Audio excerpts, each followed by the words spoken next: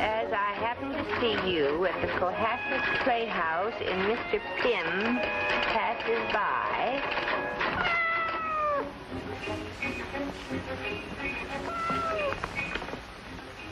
Well, I didn't think that was something Mr. Sands had dictated. He's more apt to bark. Who's in here? Nobody. But you were talking to someone, Susie. Meet Mr. Pym. Oh, isn't he cute? Oh. Oh. How do you know his name's Mr. Pym? Well, I was just typing something about Mr. Pym passing by, and there he was.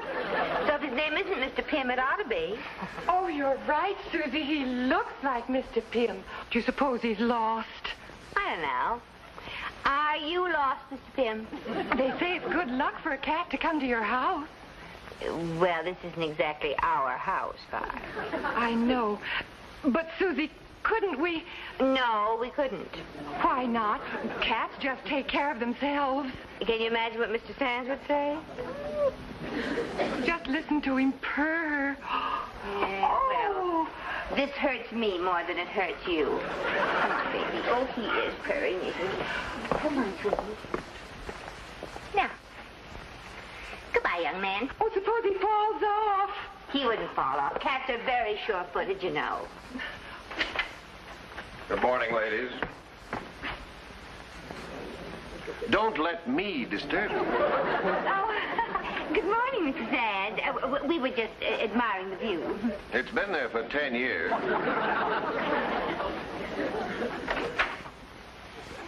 He's in his Simon Legree mood this morning. Susie, he's gone.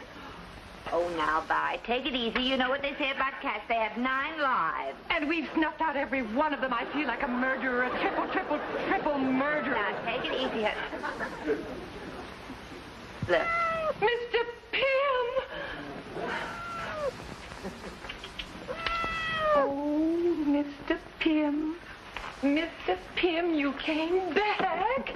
Oh, Susie, it's an omen. This cat wants us to adopt him. Oh, I think it's the other way around. He's adopting us. All we'd have to do is feed him and give him a place to sleep. Why, he wouldn't give us any trouble at all. No, he wouldn't give us any trouble, but he would. You could ask. Give him his coffee. You always say he's at his best after his first cup of coffee. Oh, I don't even think that would help this morning. He'll just have to take it black today. Uh-oh. To match his mood, no doubt. Oh, kitty, nice, kitty. Come get his milk. Drink his milk, nice, kitty.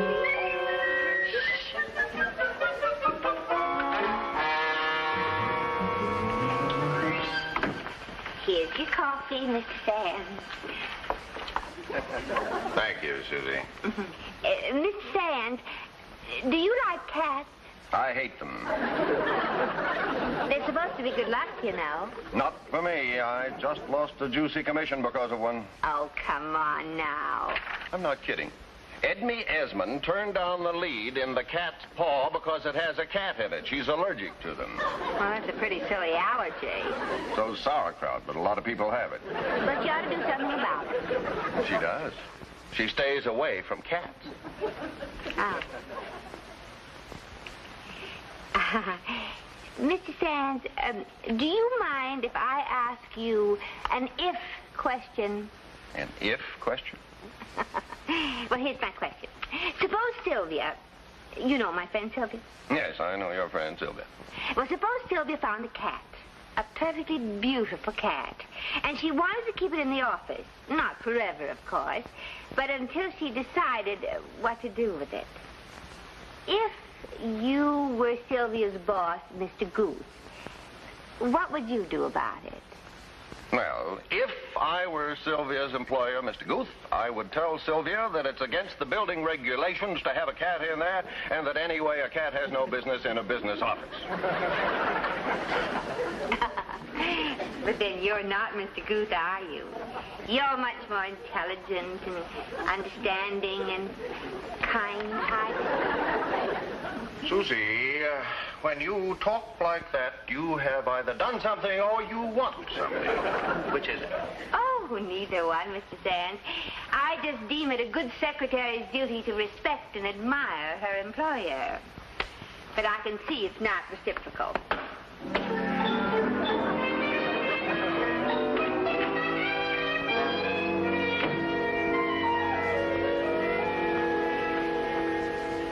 He drank almost all of it. Now, you know what they say, Vi. If you feed a cat, you'll never get rid of it. Who wants to? Look. Oh, isn't that cute? He climbed in all by himself. Did you mention anything to Mr. Sands? Yes, I hinted something. Did he hint something? No, in about 6 different ways. Susie. Susie, how about some more coffee? Oh, yes, sir. Coming right up. And put some cream in it this time. You forgot it before. Oh, well, we haven't any cream. We just ran out. And no wonder. Is it good out of a saucer? Oh, it wasn't for me. I'm so glad. Now, where is that cat?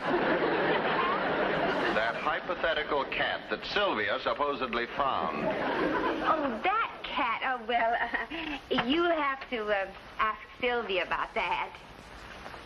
Where is it, Susie? Oh, that cat? You mean the cat in the hot tin pile?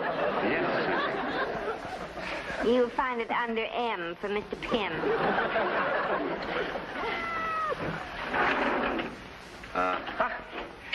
And now you will put it under O for out. Out, but quick. We put it out once, but it came right back. Then take it to the pound. It won't come back from there. Take Mr. Pym to the pound. Mr. Pym. I know you don't like cats, Mr. Pym, Mr. Sands, but perhaps you don't realize that in Egypt cats are considered sacred. And in India, cows are considered sacred, but that doesn't mean I have to keep one in my office.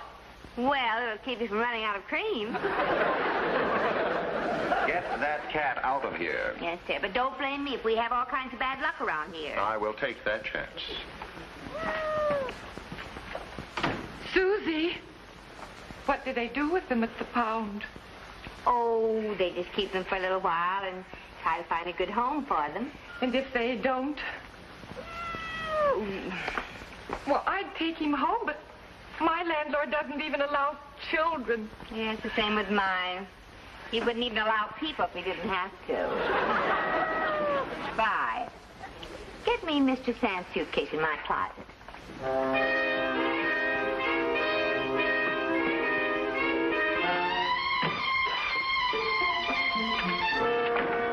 Are you going somewhere, Susie? No, but Mr. Pym is. Oh. Is that a new bag? Yes, Mr. Sands just bought it. Here, help me. This thing's got a breeze, you know. Oh, right here. So, you see, Sandor, you really need a cat. Imagine owning a restaurant called the Black Cat and not having one. Well, there is plenty to eat here, and there is a large garden in the back. Yes, I thought so. Of course, we wouldn't give him to just anybody, you know. Well, I think you ought to have a look at him. Bye. Here he is. Oh, Mr. Pussy, oh, it is charming. He has such a nice name, Mr. Pym. Good. I'm going to call him Laszlo. But you will take him. Of course. Kessenem Sepe, thank you very much, little. You will let us come to see him, won't Of you? course. Oh, Latsika, Pussy. Well, let's go now. Not turn back.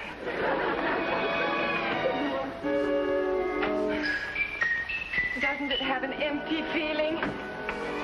Well, we just had that little cat for such a short time. I just can't forget him. And getting a book on cats won't help you forget him.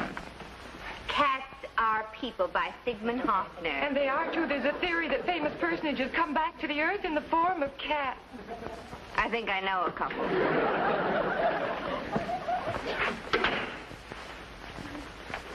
Well, did you get rid of that animal? Yes, sir. Good. That's what you say. What did you bring this out for? I had something to deliver. I'll bet I know what. I think I hear my phone. That was a very expensive bag, Susie. Well, I couldn't very well take him out of here by helicopter. Okay. But be sure to have this office aired out before Edme Esmond comes here tomorrow. I told you she's terribly allergic to cats. And I'm getting very allergic to people who don't like cats. That was my phone, Susie, and it was Sandor. Mr. Pym's disappeared. Oh, no. Oh, I know he'll be run over. All that traffic out there.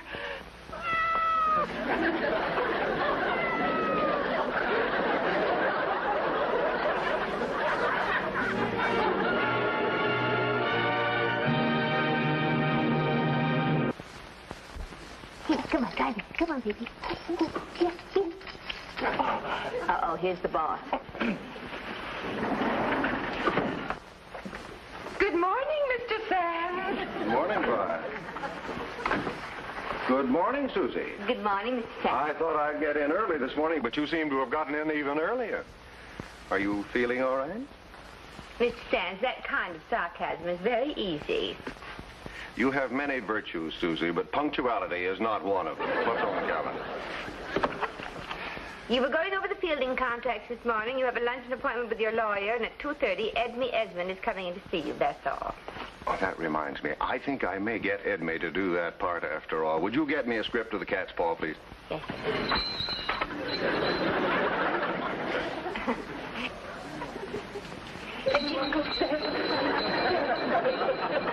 My grandmother always used to sing that. Did she ring every hour on the hour? Thank you.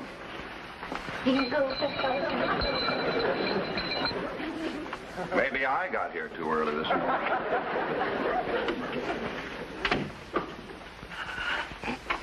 Susie. Shh. The cat woman's here. The what woman? Well, you know, the one you told me was allergic to them. Oh, no. Edme Esmond? Well, what's she doing here now?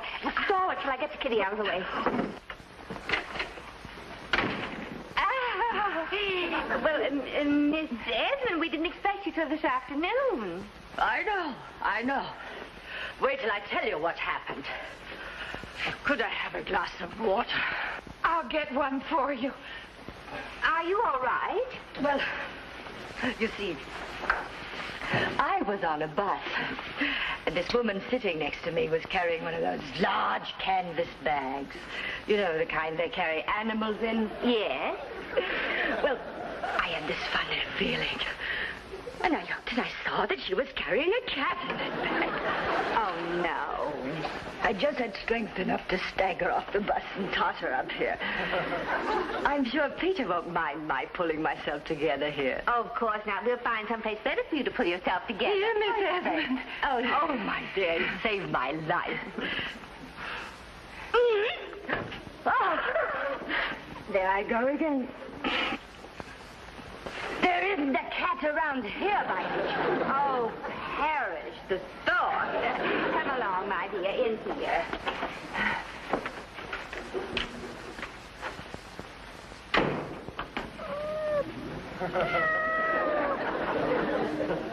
That's a nice boy.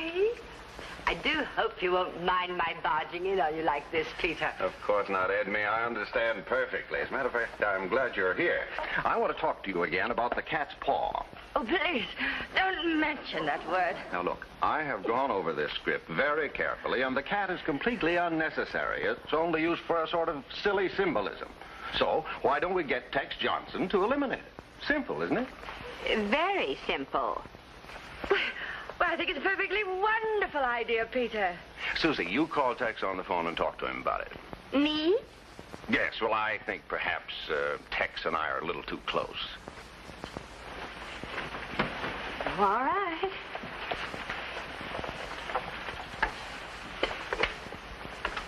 Vi, get me Tex Johnson on the phone.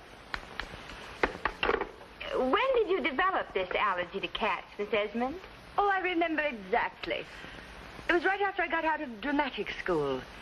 And this other girl and I, Gwen Yerrick was her name. We were up for the same role. And then it was my turn to read. A large yellow cat brushed my legs. I became violently ill. Oh, yes, and naturally the Yerrick girl got the part. Naturally. She made a play for the producer. The cat. Hello? Oh, Mr. Johnson. This is Susan McNamara, Mr. Peter Sands' secretary. Mr. Sands asked me to call you about one of our clients, Miss Edme Esmond. Yes. Well, you know she isn't particularly fond of cats. And if you would consent to eliminate the cat, she would... Mr. Johnson? Yes, I'll be sure to tell her. Mm-hmm. Well, thank you very much, Mr. Johnson. It's been an education talking to you. Bye. Well, what did he say? He said, for over 4,000 years, certain people of taste, discrimination, have recognized the charm and intelligence and virtues of the cat. Baudelaire wrote poems to cats, Goya painted them, and Gautier wrote a book about them. And Mr. Johnson says if Miss Esmond expects him to destroy his play by eliminating the cat, Miss Esmond is, and I quote, a low-grade moron, and something else I prefer not to read. What a miserable hack! Doesn't he know that cats are the companions of devils and witches? And in spite of Gautier and Baudelaire and Goya, I'm deathly ill if they come within a mile of me.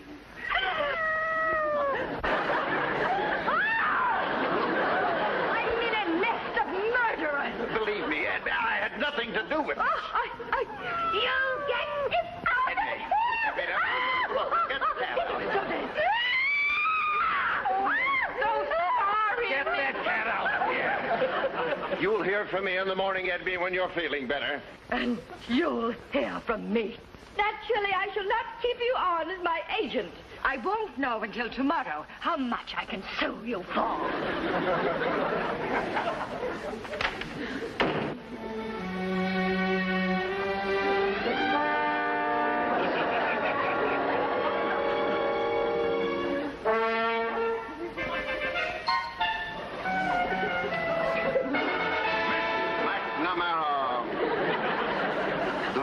That you have just cost me a very important client is distressing. But more important is the fact that you have deliberately flouted my orders about keeping that cat in the office. And you have seen the consequences. Now, if you prefer a stray alley cat to your job or to me, that is quite all right. But remember, there is not room in this office for the three of us. Now start counting. Yes, sir. Yes, I understand, Mr. Kramer. Not everyone is equipped to live with a cat. Mm-hmm.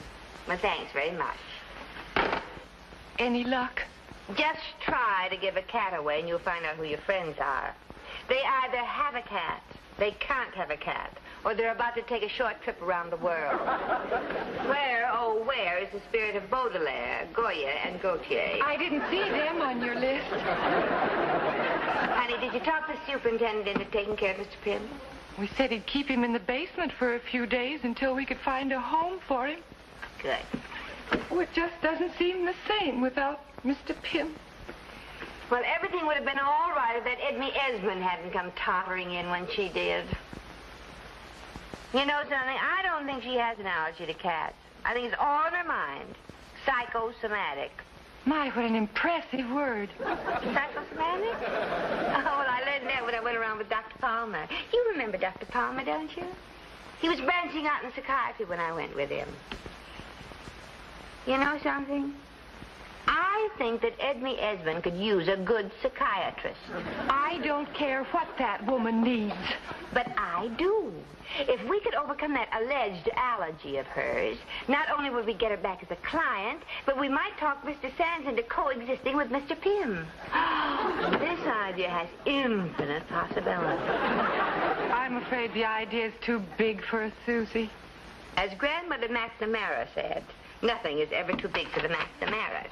Now, let me see. Where is his number? P.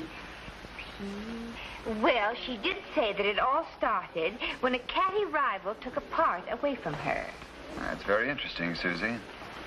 You know, that possibly just might be the key to the whole situation. Oh, I believe your guest has arrived. Miss McNamara, Miss Esmond. this is outrageous.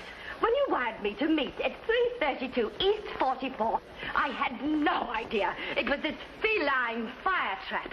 The black cat. The very name nauseates me. And where is Tex Johnson? I thought he was coming here to apologize to me. Oh, dear, I'm sorry he was delayed, but this is Dr. Palmer. I've been telling him about your allergy. How do you do, Miss Esmond? Yes, I'm rather fascinated with your case. It's a phenomenon of a rare type. Oh, really? Yes, indeed. Well, I must tell you my symptoms, but I'm afraid that would take hours. Oh, I have all the time in the world, Miss Esmond. Please, won't you sit down? Take it away. Take it away. Very interesting. I feel an attack coming. But this isn't a real cat, Miss Esmond. Of course not, but the very thought. I see. Then it's the thought of the cat that upsets you, not necessarily the animal itself. Why, yes. Miss Esmond, have you considered the possibility that all this is a result of your experience with a girl named Gwen Yarick, who took a part away from you once, and whom in your mind you associated with a cat? Why, Dr. Palmer, how did you know about Gwen Yarick? Well, I told him, Miss Esmond. Miss Esmond, perhaps you're confusing the symbol with the fact. Now, you were afraid of this girl, Gwen Yarick, weren't you? You feared that she might take a job away from you which you wanted very much. You considered her a cat, and you became violently upset. And it was just at this moment that you saw a real cat, and you blamed your upset on it. You know, that makes sense. Even with the limited facts at my disposal, I would say, Miss Esmond, that yours is a false allergy. And now that you have a firm reputation as an actress, well, you can see you have nothing to fear from this cat, Gwen Yarick. Oh, Miss McNamara, why haven't I met this man before? I might say the same of Miss Esmond.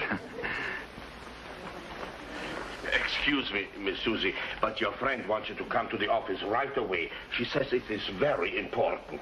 I think it is about Laszlo. Oh, I might have known. Just when it was getting interesting. Well, will you forgive me? Certainly. Run along, darling. Bye. Bye. Oh, Susie, wait till I tell you. I know. Mr. Pym has escaped from the basement. But that isn't all. Go on. Go on. Go on. And he's back in his bed. And wait till you see why.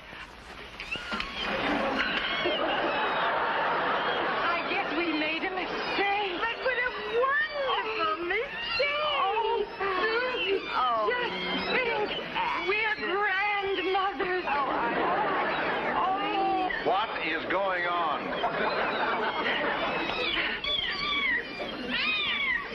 I guess you can put us all out on the street now, Mr. Sands. Susie, if you have...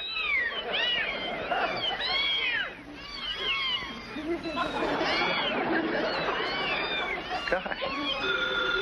Here. Take it. Hello. Oh, yes, Miss Esmond. Really? Oh, that's wonderful. I'll tell Mr. Sands right away. How many are there? 6.